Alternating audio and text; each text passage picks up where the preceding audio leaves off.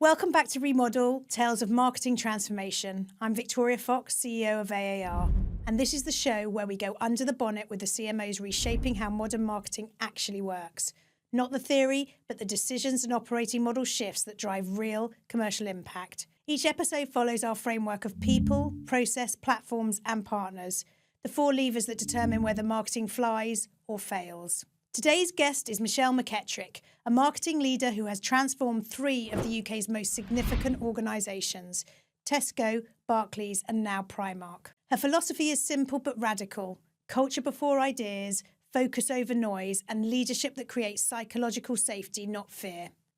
She's taken Primark from effectively no marketing function to a global brand-building engine, all while moving at a pace calibrated to culture, not ego. Michelle, welcome. Thanks, Victoria. I'm really happy to be here.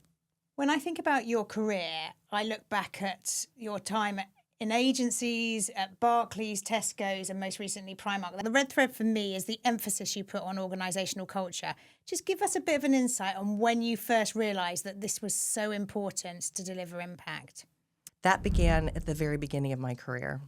So I started agency side at McCann Erickson in Seattle.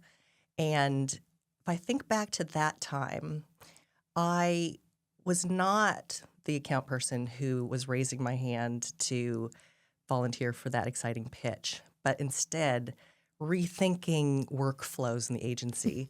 How could we make the process of opening a job and getting it out the door faster? And I was also thinking about talent pipeline. It's true, actually. We're now asking people to think more operationally, but if it hasn't been something you've grown up with, it's quite foreign to a lot of marketeers, I think. So it's interesting to see it in your DNA. We're going to start with the first lever of transformation, people. You really strike me as a very thoughtful and intentional leader. I'm really intrigued to understand who inspired you. I was really fortunate enough to meet the two people I most admire really early in my career. And they were both senior clients of mine at McCann Erickson in Seattle. Fun fact, I've worked for both of them in London, believe it or not. So the trait that they share, they're very different people, but the thing that is the similar about them is their ability to recognize that talent and ideas can come from anywhere. And so picture very senior clients for a very junior account person, and early in my career feeling not like someone who gets the tea, but someone who really contributes. And that was such an early impression that was formed in me that I've always wanted to replicate that. Well, it made me feel like I could absolutely do my best. There was more expected of me. You want everyone on your team to feel like that. 100%.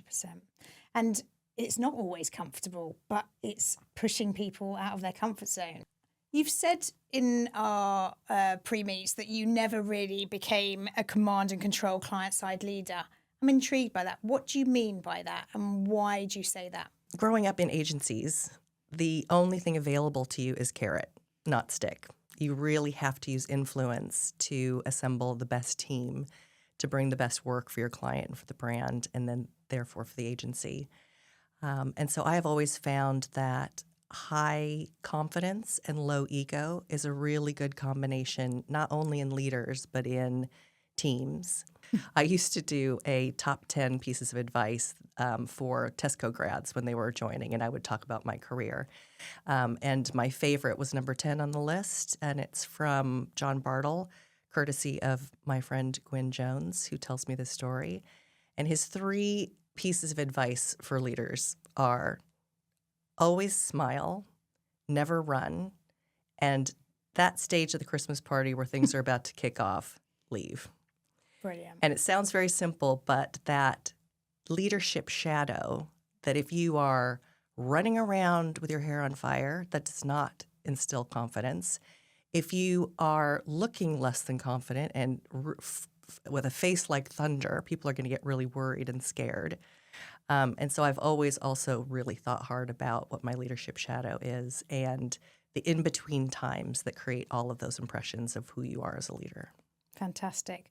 And at a time where our industry is in full transformation, I think it's really important to reflect on some of these leadership qualities you talk about, because what we're finding in the research that we're doing is that it's 20% about the process and the technology and 80% about bringing people and the human side of transformation on the journey. Do you identify with that? I do. I love a percentage. Who doesn't? Everything happens to be love a 20/80. percentage? But yes, I do think that without the leadership element, the process is invalid.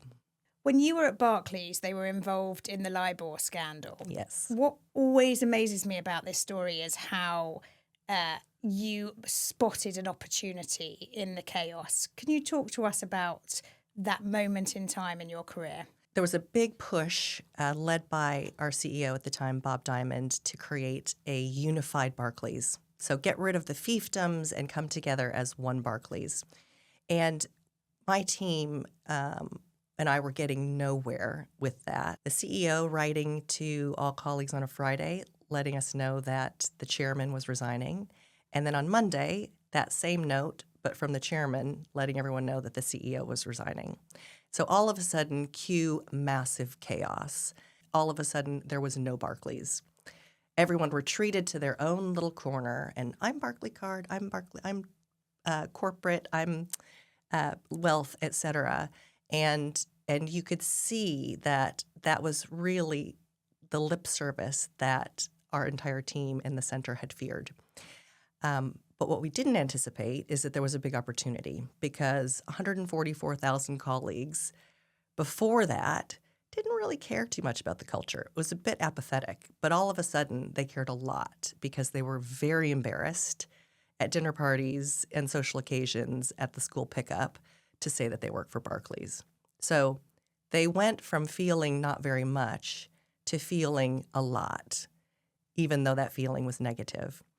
And so in partnership with the people team, the central brand and marketing team worked together to survey and do a deep dive into colleagues' perceptions of the culture. And so the opportunity was when the new CEO, Anthony Jenkins, came into his seat, and he was very interested in culture and very interested in purpose and values. He had an excellent diagnostic of the mood of colleagues at that time.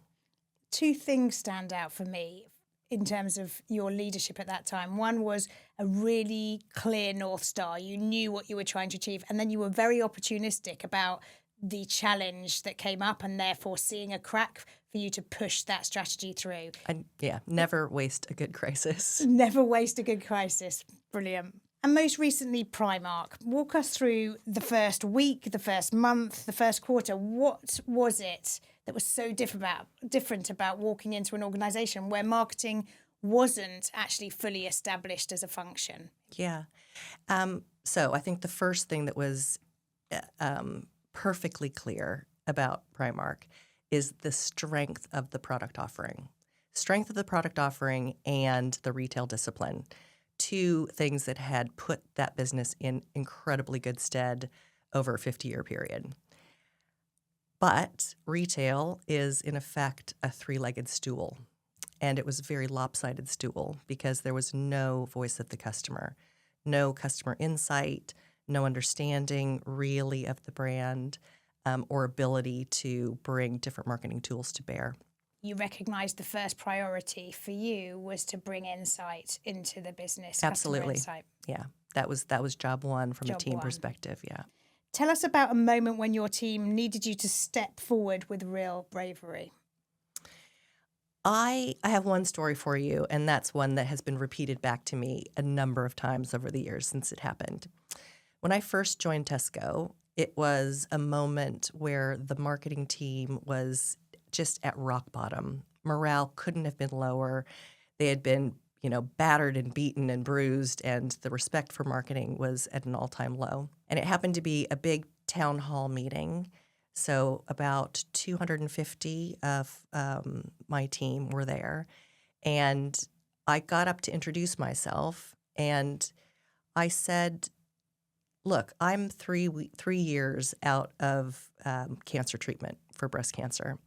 And so I'm here to tell you, I'm not afraid of anything, and I'm not afraid of anyone. And so let's have those hard conversations. But when they happen, I'm always, always going to be on your side. I'm always going to support you. And the reason that I did that is that I could tell the mood of the team. And sometimes it's important to acknowledge that.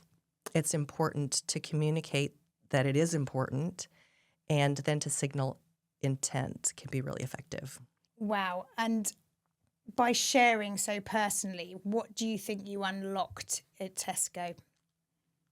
Well, I think if we go back to the concept of the leadership shadow, every opportunity you have to demonstrate that you're not an automaton, that you don't know everything, that you have things that you can learn, that you've had experiences that are real, can help people feel brave enough to step forward and give you some of their genius ideas. And I guess suffering with cancer, you recognise that outside of work, you don't know what's going on in people's lives outside of work. No, that's true. And something that I think you've talked to me about is how do you take something that you've learned from this experience and bring it into your leadership style? What's one thing that is really unlocked for you going through that horrific experience? I think it lowers your BS threshold. And I think it also, to your point, reminds you with a sledgehammer that none of us have any idea what's going on in the background of any of the lives of the people who we work with. And to be ready to understand that there are pressures and things that are happening that you need to be flexible about. I mean, you're an incredibly human leader, and you were before this happened to you, and now I can only imagine it has just underpinned all of those values for you as a leader. Thank you for sharing. Yeah, you're welcome. So you've worked in various different organisations. Tell us the difference it makes when the CEO really understands the power of brand. I'll give you a little anecdote from Tesco. So Dave Lewis famously comes from a marketing background. And so if you don't have a CEO who is taking personal ownership of the brand and the customer, then you're sunk. You'll never get anywhere. My leadership team at Tesco used to vote Dave brand manager of the month every month. It was a bit of a joke internally in our team, but it was deadly serious because without that knowledge across every function in the business that the brand is important, the customer is important, you're not going to get anywhere. How do you know when the organisation isn't keeping pace with you? And what I mean by that is marketers often talk to me about looking behind them and their team hasn't caught up with them. What do you do in those situations? Well, I'll answer that in a slightly different way because I think that the most important thing is to ensure that your team knows what your priority is. And not only they know what your priority is, but they know that the business is bought into it. And so in the case of Primark, the absolute priority from a customer standpoint was to raise quality perceptions in order to shift value perceptions longer term. And so when the team would come up against a tsunami of urgent, they had that priority that helped them gauge what was important. And then obviously the things that are both important and urgent raise to the top, and that's the thing that you need to tackle first. If you're constantly driving it back to the business priorities, then marketing will continue to deliver the impact it needs to deliver to the business. Yeah, and it gives teams a good opportunity to negotiate with their internal customers because that's ultimately what's happening. When you have all the fire that you're talking about, it's rarely because there are customers shouting at what needs to happen and how your brand needs to respond to them. Partners are an important part of the marketing operating model. How do you build the right partnerships? And in your time at Primark, can you give us an example of where you've really intentionally set up your agency model or your number of agencies to work very collaboratively on your behalf? There's no perfect answer to this question, but I'll give you the most recent experience. And when you talk about ensuring that agencies will work together for a common objective, one of the choices that I made at Primark was going forward with the first agency pitch that they had ever conducted, realizing that the ultimate core of the roster needed to be a creative agency, a brand agency, and a media agency. The media budgets weren't set for me enough for me to really understand exactly what the requirements would be. So the first priority was creative and brand. And so I structured the pitch to have those agencies pitch together. So it was a dual pitch, and they had to demonstrate throughout the entire process how they would work together and how they would deliver the right results for the brand. So right from the outset, you're being intentional about how those agencies are going to work together on your behalf. Yeah. Lots of the conversations in the market about what you have in-house, what you have with agencies, the geography of all of these skills. I'm really keen to understand if there is a silver bullet from your point of view of what you should have in-house versus what you have with agencies. I don't think there's a silver bullet. My observation would be, generally speaking, your internal teams bring the depth of what the brand is fundamentally, and your agency teams can bring the breadth and deep understanding of how your brand is perceived. And those two things, it's at the intersection of those two things that the work really needs to happen. However, the client must own the responsibility for the customer. And so that would point to customer insight, customer data, customer experience, journey mapping, all being done in-house with as much help as you need from externally, but the ownership really residing within. We would fully agree that there's no silver bullet, and you have to look at the business you're in and the culture you're in. Just a fashion brand is a really good example where presumably actually as a fashion brand, you've got things that are much closer to your heart that you can deliver in-house. Have you got any examples at Primark where that was obviously something to keep in-house? Yeah, world-class photo studio up in Manchester, run to a T, so efficient and really brilliant at not only getting things done quickly and beautifully, but expressing the diversity of the brand. We're going to talk about technology now. There's so much on offer. But I want to understand your feelings around technology and how it fits into the overall operating model. So I probably would take a bit of a step back in answering that, because I don't think that technology is the only thing that is driving the desire to go towards measurement. When non-marketeers look outside at measurable, highly measurable marketing levers, they often mistake it for something that is unlimited. There is a limited amount of the trade that you can buy. And they also don't think of it as something that is one and done. They believe that there will be a halo, which of course we know there isn't. And so I think that's also what you're getting when you're talking about MarTech ruling the day and different elements of technology coming in and being extremely measurable, but it's not a road that goes on forever. And without the overall differentiators of what the brand is, without other elements of marketing, you will not sustain that benefit. What have you done in your career that's helped to elevate the conversation to a balance between brand and performance marketing? I think one example is at Primark. Before I joined, there was a digital business case put together to drive traffic to the sort of newly formed websites. But unfortunately, it was something that was signed off by the board, and therefore it locked the entire business into being able to do that one thing and that one thing only. And it kept us from being able to unlock all of the marketing levers. What we did is we sidestepped it a little bit, and we looked to other markets. And so went to Germany to start to repair the brand and to America to really start to introduce the brand. And those were two markets where we didn't have that business case that was shackling us like it was in the UK.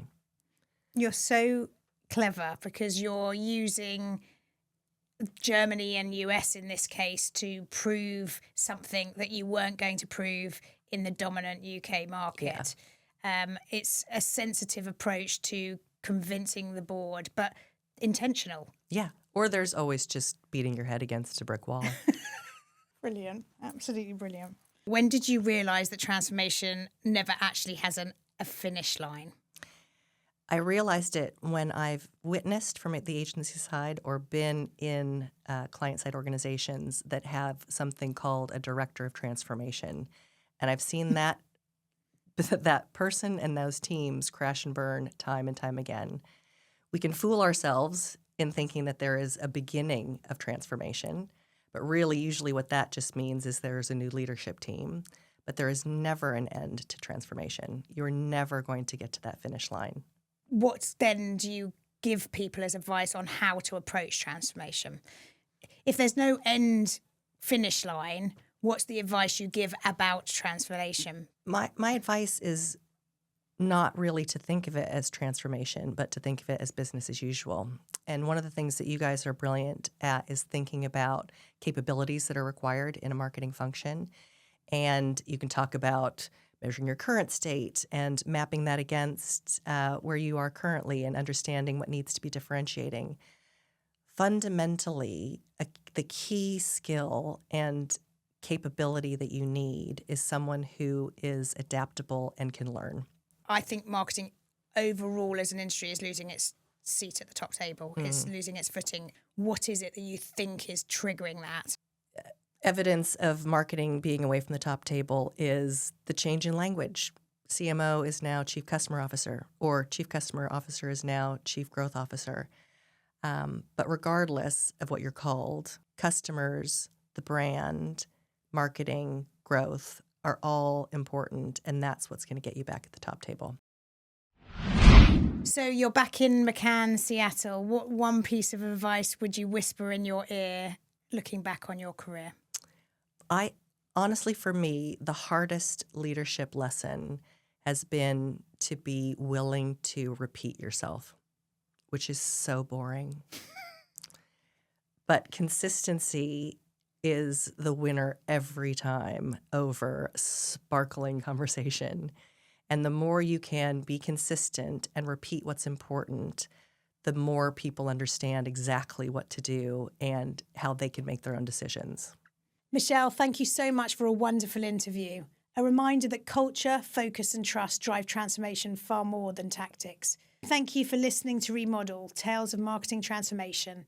Please visit our website to see more interviews from the series.